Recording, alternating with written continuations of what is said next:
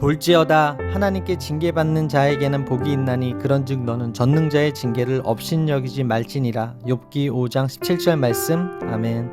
할렐루야. 오늘도 좋은 날입니다. 이용호 목사입니다. 오늘의 원포인트 묵상 본문은 욥기 5장 17절 말씀입니다. 엘리바스는 하나님께 징계받는 자는 복이 있다고 말합니다. 엘리바스에 따르면 하나님은 죄인을 회개케 하기 위한 교육적 수단으로 징계를 사용하십니다. 만일 욥이 회개하는 마음으로 하나님의 징계를 진실하게 받아들인다면 그는 형통하던 이전의 상태로 되돌아갈 수 있을 것입니다. 하나님은 우리를 온전하게 하시기 위해 때로 징계하십니다. 우리 유익을 위해, 즉 그분의 거룩하심에 참여하도록 하시고자 징계하시는 것입니다. 그 징계를 통해 우리는 연단받고 의와 평강의 열매를 맺습니다.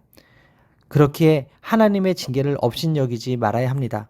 그분은 상하게도 하시지만 고치기도 하시기 때문입니다.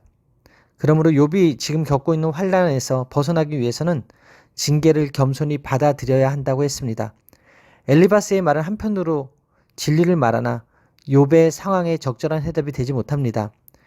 욥의 고통은 죄가 아니라 하나님의 뜻으로 말미암은 것이기 때문입니다. 복 있는 사람은 많이 배우거나 많이 가진 사람이 아니라 하나님이 바로잡아 주시는 사람입니다. 그분과 같은 편이 되려면 그분의 훈계를 거절하지 않고 경청해야 합니다. 마음에 새기고 순종하면 그분의 말씀이 우리를 지켜주십니다. 물과 불 가운데서도 지켜주시며 약할 때에도 강함을 주십니다. 엘리바스가 이것을 강조하며 설명하는 이유는 욥이 이 사실을 분명하게 알기를 바라기 때문입니다. 우리 주변에 하나님의 징계를 우습게 생각하고 업신여기는 사람이 많습니다. 어떻게 우습게 생각하고 업신여깁니까? 바로 회개하지 않는 것입니다. 자신의 죄를 두고 하나님처럼 슬퍼하고 마음 아파야 합니다. 그리고 돌이켜서 하나님께 나아가야 합니다. 이것이 하나님의 뜻입니다.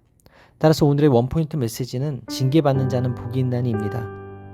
오늘의 삶의 적용 포인트는 징계 가운데서 하나님의 뜻이 무엇인지 묵상하겠습니다입니다. 지금 어려움을 겪고 있다면 그 원인이 무엇이라고 생각하십니까? 만약 죄로 인한 하나님의 징계라고 생각한다면 이 어려움을 가볍게 여기지 말고 회개의 기회로 삼아야 합니다.